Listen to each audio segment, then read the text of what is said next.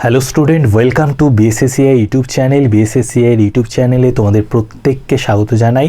তোমরা জানো যে বৃহস্পতিবার রাত্রি 9টায় আমি সায়েন্সের ক্লাস নিয়ে এই ইউটিউব চ্যানেলে চলে আসি। তো তোমাদের আরেকবার জানিয়ে দিই যে আমরা কিন্তু এখন প্রতিনিয়ত তোমাদেরকে ক্লাস দিচ্ছি রাত্রি 9টায়। রবিবার দিন তোমাদের থাকে ম্যাথের ক্লাস, সোমবার দিন থাকে আমার রিজনিংয়ের ক্লাস, মঙ্গলবার দিন তোমাদের স্ট্যাটিক জিকের ক্লাস হয়। স্ট্যাটিক জিকের অয়ন্তিকা ম্যামের খুব সুন্দরভাবে পিপিটি বানিয়ে উনি ক্লাস করেন। তো প্রত্যেকে এই রাত্রি 9টায় যে ক্লাসগুলো হচ্ছে আমাদের এই ইউটিউব চ্যানেলে, প্রত্যেকে কিন্তু এই ক্লাসগুলো জয়েন করার চেষ্টা করো, ক্লাসগুলো লাইভ অ্যাটেন্ড করার চেষ্টা করো। তাহলে কিন্তু তুমি অনেক কিছু জানতে পারবে এবং পরীক্ষা রিলেটেড আমরা পড়াচ্ছি। তো আজকে আমি যে টপিকটা নিয়ে তোমাদের সামনে কথা বলবো সেটা হচ্ছে ফিজিক্সের প্রেশার, যে চ্যাপ্টারটার নাম সেটা হচ্ছে চাপ। ঠিক আছে, তো একদম সুন্দর করে স্লাইড করে নিয়ে এসেছি, তোমাদের একদম সুন্দরভাবে বুঝিয়ে দেব। তোমরা একটু জাস্ট প্রথম থেকে শেষ অবধি ক্লাসটার সাথে থেকো। ঠিক আছে, তো প্রথমে চাপ জিনিসটা কি আমরা বুঝব, বায়ুমণ্ডলীয় চাপ কি, তরলের চাপ ব্যাপারটা কি, এবং একদম যারা একদমই ফিজিক্স সম্পর্কে যারা অনেক দিন আগে পড়াশুনো করেছো, ফিজিক্স নিয়ে আর তেমন চর্চা নেই, তাদের জন্য কিন্তু খুব এফেক্টিভ ক্লাস হবে এই ক্লাসটা। তো দেখো, চাপের একটা গাণিতিক রূপ আছে, পরীক্ষাতে কোশ্চেন দেয়। তো চাপের যে গাণিতিক রূপ, সেই গাণিতিক রূপটার চাপ ইজ ইকুয়াল টু প্রযুক্ত বল বাই ক্ষেত্রফল, ফোর্স বাই এরিয়া। এইবার চাপ ব্যাপারটা কি, তোমাকে আমি যদি একটা ছবি এঁকে বোঝাই, যে ধরো তোমাকে দুটো পাত্র দিলাম, একটা ধরো এই পাত্রটা এ পাত্র, আরেকটা পাত্র দিলাম এটা হচ্ছে বি পাত্র, এটা এ এটা বি। এইবার এই দুটোতেই সম পরিমাণ আমি জল দিয়েছি, সম পরিমাণ জল দেওয়া আছে। এবার যদি তোমাকে প্রশ্ন করা হয় কোন পাত্রটাই সব থেকে বেশি জলের চাপ আছে, পাত্রটার একদম লাস্টের যে বিন্দু, সেই লাস্টের বিন্দুটাই কোন পাত্রটাই সব থেকে বেশি জলের চাপ আছে, এটা যদি প্রশ্ন করা হয় তুমি সঙ্গে সঙ্গে অ্যান্সার দিয়ে দেবে যে অপশান বি। কারণ যেহেতু পাত্রটা আয়তনে অনেকটা সরু এবং জল উপর থেকে অনেক বেশি চাপ দিচ্ছে, তার জন্য অপশান বিতে কিন্তু বেশি চাপ প্রয়োগ করছে। ঠিক আছে, এইবার যে জিনিসটা আমরা জানতে পারবো আরেকটা জিনিস কি, এই যে এ পাত্রটা, এই পাত্রটার যে ক্ষেত্রফল, এ পাত্রটাই যে পাত্রটা, এই এ পাত্রের ক্ষেত্রফল বি পাত্রের ক্ষেত্রফলের থেকে অনেক বেশি। যত ক্ষেত্রফল কমে যাবে তত কিন্তু চাপের পরিমাণও বাড়তে থাকে। দেখো প্রথমেই লিখেছি, দেখো তলের ক্ষেত্রফল কম হতে থাকলে তাতে প্রযুক্ত বল তত বেশি চাপ উৎপন্ন করে, যার জন্য অপশান বি অর্থাৎ এই যে বি পাত্রটাই যেহেতু ক্ষেত্রফল কম, তার জন্য জলের চাপ কিন্তু বেশি। বোঝাতে পারলাম? এইবার দেখো, এই জন্য চাপ ব্যাপারটা কি বোঝা গেল। এবার দেখো যে মানুষ যদি দাঁড়িয়ে থাকে, কোনো একটা মানুষ একটা হয়তো একদম ভেজা মাটিতে সে দাঁড়িয়ে আছে, সে কিন্তু বেশি চাপ প্রয়োগ করছে। যে মাটিটার উপর দাঁড়িয়ে আছে সেই মাটিতে কিন্তু বেশি চাপ প্রয়োগ করছে। কেন? কারণ যে মাটিটার উপর দাঁড়িয়ে আছে সেই মাটিটার যে ক্ষেত্রফল খুব কম, দাঁড়িয়ে থাকা অবস্থায় তার পুরো যে ওয়েটটা সেই মাটিটার উপর পড়ছে। আর যদি সেই মানুষটাই শুয়ে পড়ে তাহলে কিন্তু সে কম চাপ প্রয়োগ করছে মাটিটার উপর। কেন? কারণ শুয়ে থাকা অবস্থায় তার ক্ষেত্রফলটা বেড়ে যায়। ঠিক আছে, তো এখানেও দেখো সেটাই লেখা আছে, এই কারণে মানুষের শুয়ে থাকা অবস্থা অপেক্ষা দাঁড়িয়ে থাকায় অবস্থায় মাটিতে বেশি চাপ পড়ে। ঠিক আছে, তো এটা হচ্ছে চাপের জাস্ট একটা বোঝানোর জন্য বিষয়। এইবার এই যে চাপের যে জায়গাটা বললাম, যে চাপের যত ক্ষেত্রফল বেশি হবে, ক্ষেত্রফল বেশি হলে চাপ কম হবে, ক্ষেত্রফল যখনই কমে যাবে চাপ কিন্তু বেশি হবে। এই নীতিটাকে কাজে লাগিয়ে দেখো, আমাদের যখন পেরেককে কাঠের মধ্যে ঢোকানো হয়, দেখো পেরেকের যে নিচের দিকটা সেটা কিন্তু ছুঁচলো করা হয়, ওপরের যে মাথাটা সেটাকে বড় করা হয়। কেন? কারণ উপরের যে মাথাটায় ওটাই প্রেশার দেওয়া হবে এবং যত নিচের দিকটা মানে যেখানটায় ক্ষেত্রফলটা যত কম হবে তত কিন্তু বেশি প্রেশার পড়বে। ঠিক আছে, তার জন্য ক্ষেত্রফল বৃদ্ধির সঙ্গে চাপ কমার এই নীতির কথা মাথায় রেখে পেরেকের মুখ ছুঁচলো হয় এবং ছুরির ধারালো প্রান্তের ক্ষেত্রফল খুব কম রাখা হয়। ঠিক আছে, তো মূল ব্যাপার আমরা যেটা বুঝলাম যে যত আমাদের ক্ষেত্রফল বেড়ে যাবে তত চাপ কম হবে, যখনই আমাদের ক্ষেত্রফল কমে যাবে তত কিন্তু চাপ বেশি দেওয়া হবে। ঠিক আছে, ওকে। এবার দেখো একদম পরীক্ষায় যে ধরনের কোশ্চেন আসতে পারে সেই কোশ্চেনগুলো আমি নিয়ে এসেছি, মানে এই জায়গাগুলো যদি তুমি দেখে রাখো তাহলে কিন্তু পরীক্ষাতে খুব হেল্প হবে। ঠিক আছে, তো দেখো বায়ুমণ্ডল চাপ প্রয়োগ করে, এই চাপ পরিমাপ করা যায় পৃথিবী পৃষ্ঠের চাপ প্রতি বর্গমিটারে 10.5 নিউটন। ঠিক আছে, তো বায়ুমণ্ডলীয় চাপ পৃথিবী পৃষ্ঠে বায়ুমণ্ডলীয় চাপ কত প্রতি বর্গমিটারে? দেখো 10⁵ নিউটন। 10⁵ নিউটন হচ্ছে প্রতি বর্গমিটারে পৃথিবী পৃষ্ঠে বায়ুমণ্ডলীয় চাপ। এইবার ব্যারোমিটার, কোন যন্ত্রের সাহায্যে এই বায়ুমণ্ডলীয় চাপ মাপা হয়? ব্যারোমিটার যন্ত্রের সাহায্যে। আর এই ব্যারোমিটার যন্ত্রটি কে আবিষ্কার করেছিলেন? টরিসেলি এই ব্যারোমিটার যন্ত্রটা আবিষ্কার করেছিলেন। তো এখান থেকে আমরা 3টে কোশ্চেনের অ্যান্সার জানলাম এবং এই 3টে কিন্তু খুব ইম্পর্টেন্ট কোশ্চেন। ঠিক আছে, যে পৃথিবী পৃষ্ঠে প্রতি বর্গমিটারে চাপ কত? 10⁵ নিউটন। এই যে চাপ মাপা হয় বায়ুমণ্ডলীয় চাপ কোন যন্ত্রের সাহায্যে মাপা হয়?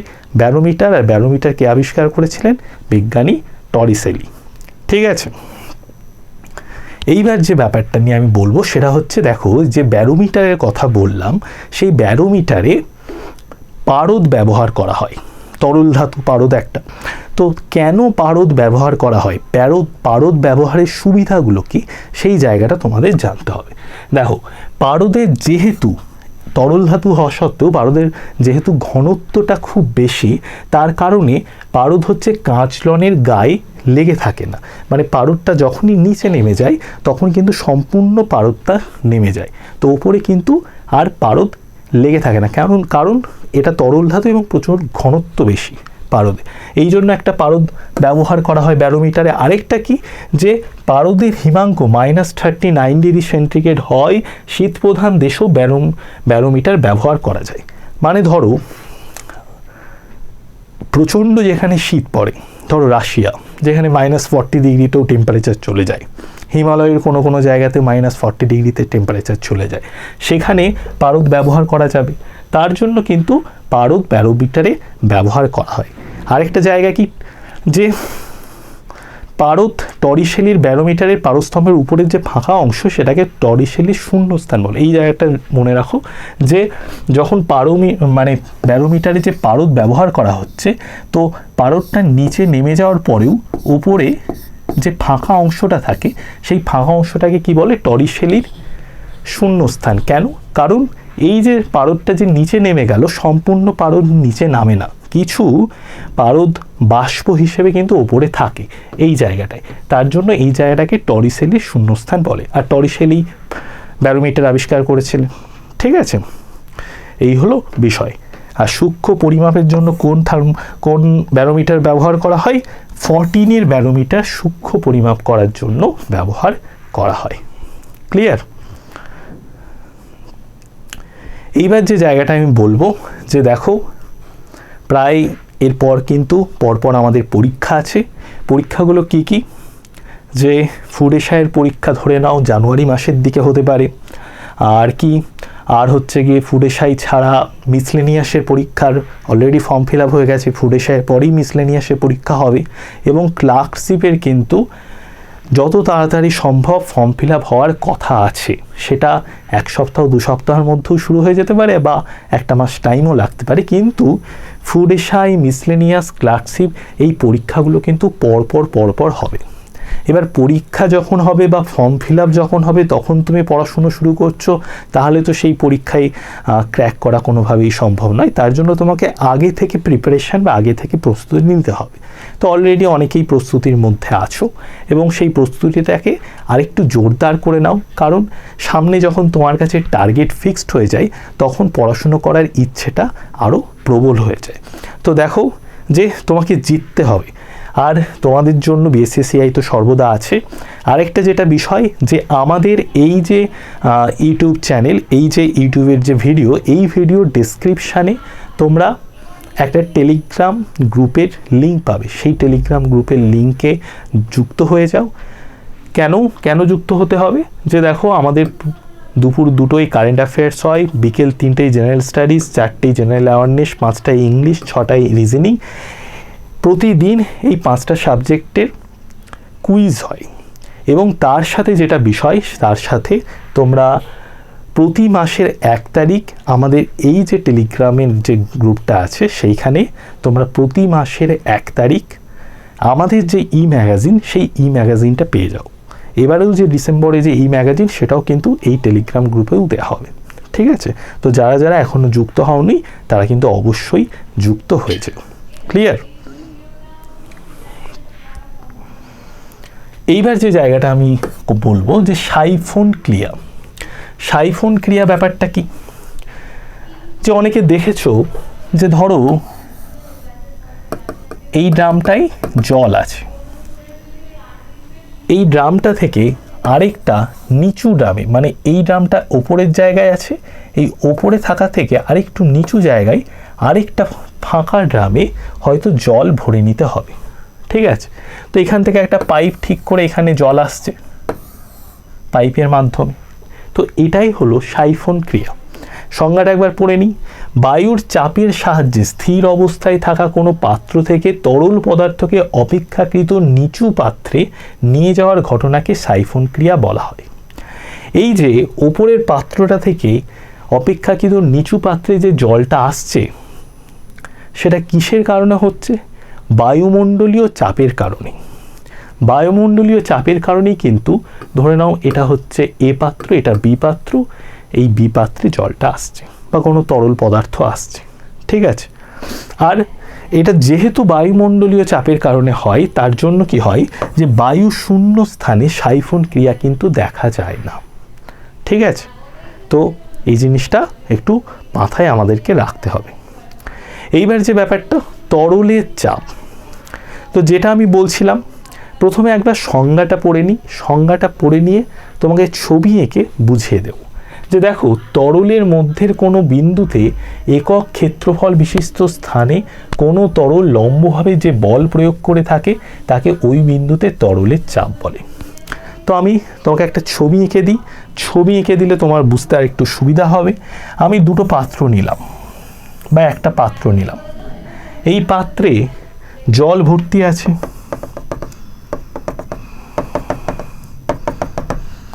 তো এই পাত্রে জল ভর্তি আছে। এই পাত্রে যে কোনো একটা বিন্দুতে একক ক্ষেত্রফল বিশিষ্ট স্থানে, এটা ইম্পর্টেন্ট, একক ক্ষেত্রফল বিশিষ্ট স্থানে ধরো একটা যে কোনো বিন্দুতে এই পাত্রে তরল লম্বভাবে যে চাপ প্রয়োগ করছে, যে বল প্রয়োগ করছে, সেটাই হচ্ছে তরলের চাপ। তরলের মধ্যে কোনো বিন্দুতে একক ক্ষেত্রফল বিশিষ্ট স্থানে কোনো তরল লম্বভাবে যে বল প্রয়োগ করে তাকে ওই বিন্দুতে তরলের চাপ বলে। বোঝা গেল? এইবার এই তরলের চাপকে কেন্দ্র করে আর্কিমিডিসের যে সূত্রটা, সেটা আমাদেরকে জানতে হবে।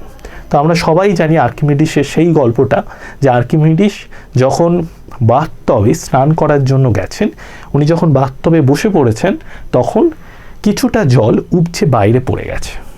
তো তখন উনি ভাবলেন যে এটা কেন হয় বা এর কারণটা কি।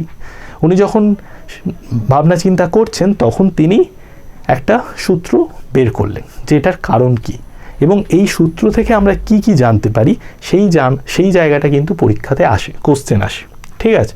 তো আগে দেখে নিই যে কোনো বস্তুকে স্থির বা তরল বা গ্যাসে আংশিক বা সম্পূর্ণরূপে নিমজ্জিত করলে বস্তুটির ওজনের আপাত হ্রাস ঘটে। আপাত ওজনের এই হ্রাস বস্তু কর্তৃক অপসারিত তরল বা গ্যাসের ওজনের সমান হয়। মানে বিষয়টা কি, ধরো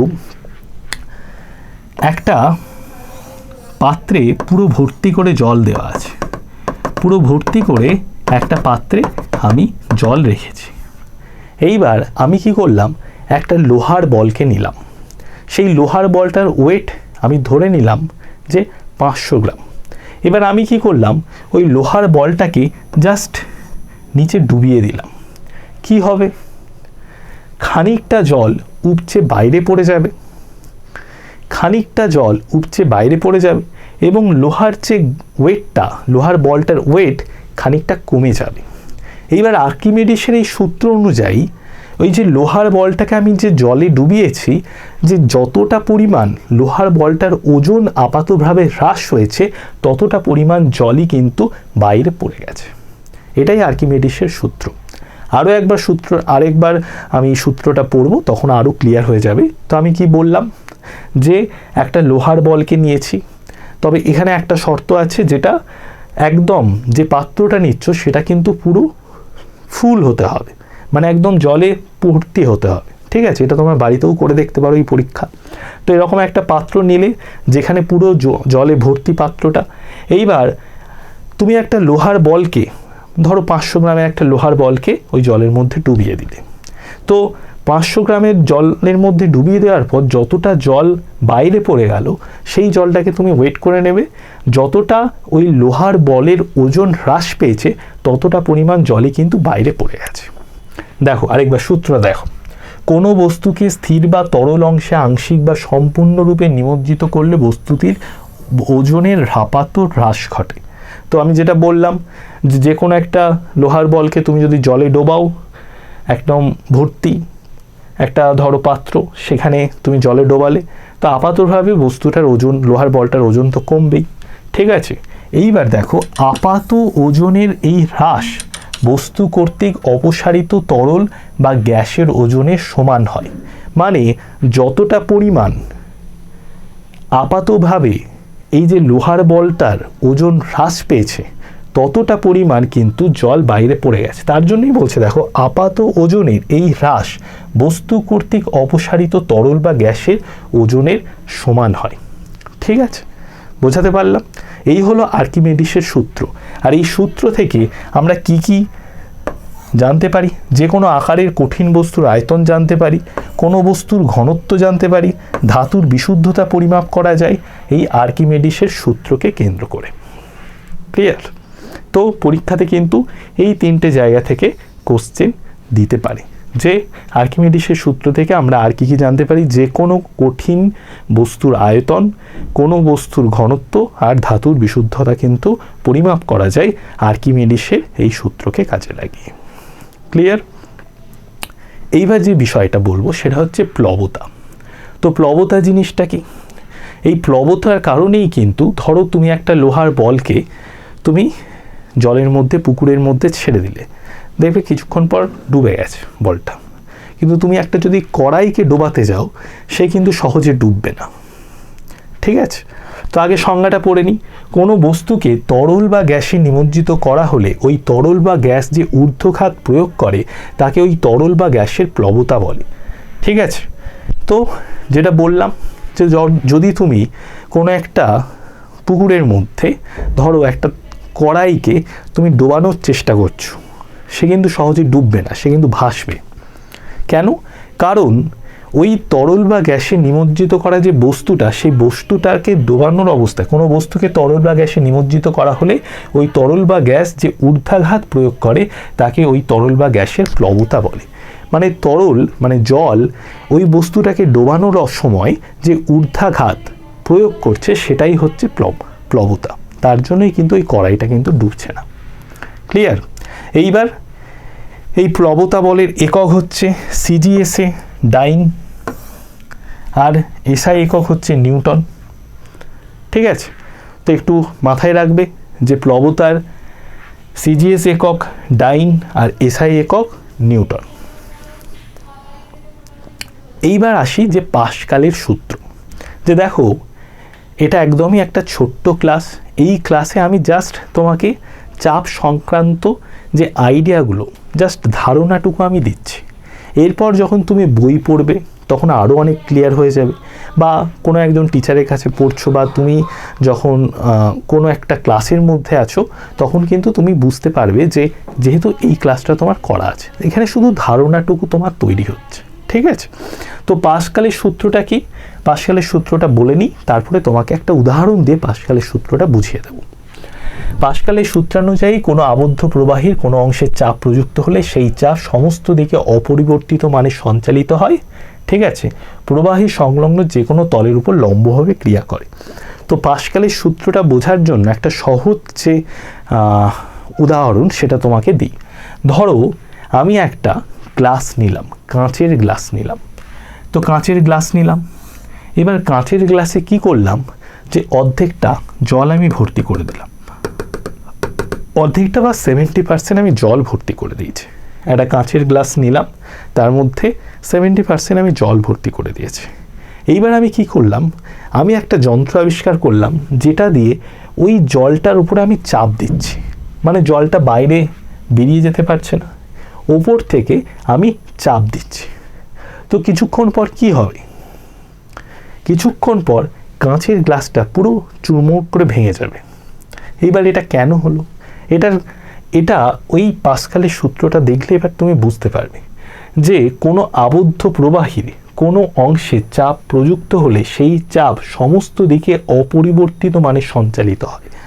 এই যে আবদ্ধ প্রবাহী, এই যে জলটাকে একটা জায়গার মধ্যে আবদ্ধ করে রেখেছে, এইবার এই জলটার ওপর যখন আমি চাপ দিচ্ছি তখন জলটা কিন্তু সমভাবে সমস্ত দিকে চাপটা প্রয়োগ করছে।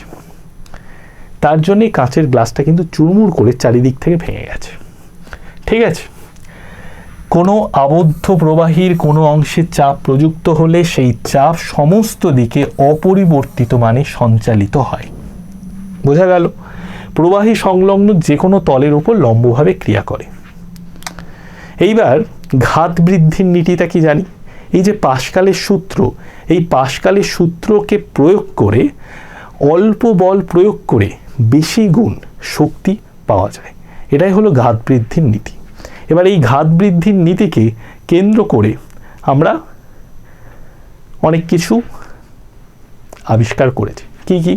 যখন আমরা গাড়ির মধ্যে যে হাইড্রোলিক থাকে, সেই হাইড্রোলিক কিন্তু এই ঘাত বৃদ্ধির এই পাস্কালের যে সূত্র, একে কেন্দ্র করেই কিন্তু এই হাইড্রোলিক তৈরি হয়েছে। ঠিক আছে, এই হলো বিষয়।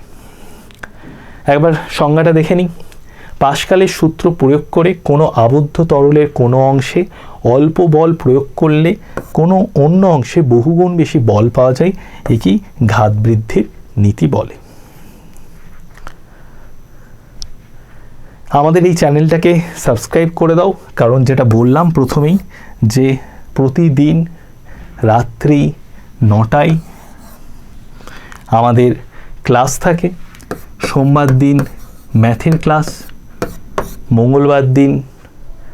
সোমবার দিন রিজনিংয়ের ক্লাস, মঙ্গলবার দিন স্ট্যাটিক জিকে, রবিবার দিন ম্যাথ, আর বৃহস্পতিবার সায়েন্স, আর শনিবার কিন্তু থাকছে তোমাদের সারা সপ্তাহের কারেন্ট অ্যাফেয়ার্সের ক্লাস।